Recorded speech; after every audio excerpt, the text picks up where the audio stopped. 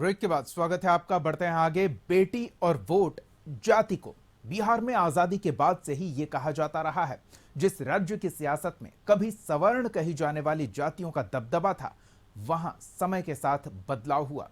3 दशक से ज्यादा हो गए हैं मुख्यमंत्री पिछड़े वर्ग से हैं, तो वैसी लोकसभा सीटों पर भी जातीय गणित बदल रहा है, जहां लंबे समय तक आमने सामने एक ही जाति के उम्मीदवार उतारे जाते रहे। देखिए रिपोर्ट। जाति बिहार की राजनीति की पहचान रही है। विधानसभा का टिकट देने से मुख्यमंत्री बनाने तक में जाति का ख्याल रखा जाता रहा है। जाति की गणना के बाद एक बार फिर आबादी के आधार पर हिस्सेदारी की बात होने लगी है और हक की बात होने लगी है। बिहार की सियासी पटकथा को आजादी के बाद राजनीतिक तौर पर भी 2 अलग अलग दौर में बांटा जा सकता है। एक 1990 से पहले और दूसरा 1990 के बाद। पहले दौर में सियासत में सवर्णों का बोलबाला रहा, जबकि 1990 के बाद बिहार की राजनीति में पिछड़े वर्ग के नेता हावी रहे।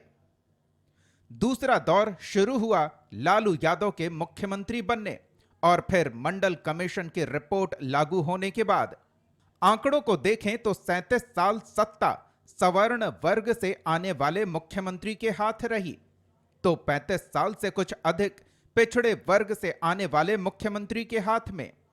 इस बीच अनुसूचित जाति से आने वाले लोगों को 3 बार मुख्यमंत्री पद तक पहुंचने का मौका मिला। हालांकि कोई भी 1 साल का कार्यकाल पूरा नहीं कर सका। वहीं अल्पसंख्यक समाज से आने वाले अब्दुल गफूर भी 1 बार मुख्यमंत्री बने।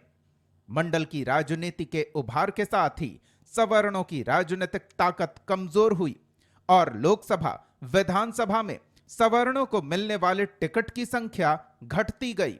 हालांकि पार्टियां इससे इनकार करती हैं। भारतीय जनता पार्टी समाज के अंतिम पायदान पर बैठे हुए व्यक्ति को आगे बढ़ाने के लिए कार्य कर रही है। 2014 के बाद आपने देखा होगा कि लगातार भारत के यशस्वी प्रधानमंत्री नरेंद्र मोदी जी को किस प्रकार से ग्रामीण क्षेत्र से आने वाले लोगों ने अपना बेटा माना, अपना भाई माना। अंत्योदय के लिए और अंत्योदय के लक्ष्य के साथ अगर किसी ने कार्य किया है तो भारतीय जनता पार्टी के नेतृत्व ने काम किया है। और इसी का परिणाम 2014 के बाद 2019 में आपने देखा कि एक बड़े और विशाल बहुमत से हम जीत करके आगे आए।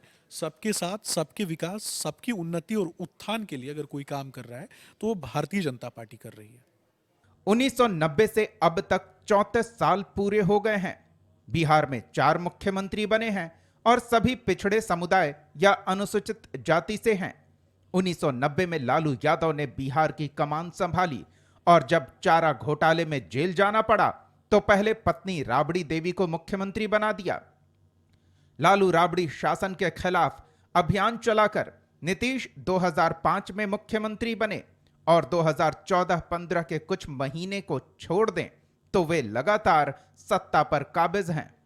नतीजा यह हुआ कि लोकसभा की वैसी सीटों पर भी अब पिछड़े वर्ग के उम्मीदवार उतारे जा रहे हैं। उदाहरण के तौर पर लें तो भागलपुर सीट पर कभी ब्राह्मण जाति के भागवत झा आजाद और प्रभाष चंद्र तिवारी सांसद हुआ करते थे, लेकिन अब एनडीए की तरफ से भी पिछड़ा वर्ग के उम्मीदवार को टिकट दिया जा रहा है। बांका सीट से राजपूत उम्मीदवार को उतारा जाता था, लेकिन अब यहां से ओबीसी उम्मीदवार उतारे जा रहे हैं। और औरंगाबाद में जहां लड़ाई राजपूत बनाम राजपूत हुआ करती थी, वहां भी परंपरा टूट रही है। हो सकता है कि वहाँ उस लायक कोई उम्मीदवार न हो या वो कोई उम्मीदवारी नहीं देता हो, तो उस परिस्थिति में दूसरे यदि उससे बेटर हैं किसी समाज दूसरे के, तो पार्टी को चुनाव लड़ना है तो जो उपलब्ध होगा उसको तो टिकट मिल जाएगा। कि कांग्रेस जो है लगातार ब्राह्मणों को उपेक्षित और अपमानित कर रही है। ठीक है, भाजपा के साथ 80% ब्राह्मण है, 20% है ना, उसको भी छोड़ देंगे क्या? कांग्रेस उसको भी छोड़ना चाहती है तो तब तो और गर्त में चली जाएगी, दुर्दिन आ जाएगा कांग्रेस का। सियासत में जातीय घालमेल खतरनाक होता है, लेकिन ये बिहार की हकीकत है। यहां जाति देखकर ही पार्टियां उम्मीदवार बनाती है और माना जाता है कि जनता भी उसी आधार पर वोट करती है। बिहार की सियासत में एक वक्त ऐसा भी था जब अगड़ी जातियों की तूती बोलती थी। लेकिन हर चुनाव के साथ बिहार की सियासत में अगड़ी जातियों का रसूख कमजोर होता चला गया और यही परिणाम है कि अब सियासी पार्टियां भी अगड़ी जातियों की परंपरागत सीटों पर उन्हें टिकट देने से कतराने लगी हैं। कैमरा पर्सन फिरोज के साथ प्रीतम कुमार, कशिश न्यूज, पटना। खास खबर में फिलहाल इतना ही। कशिश न्यूज पर खबरों का सिलसिला जारी रहेगा। देखते रहिए कशिश न्यूज।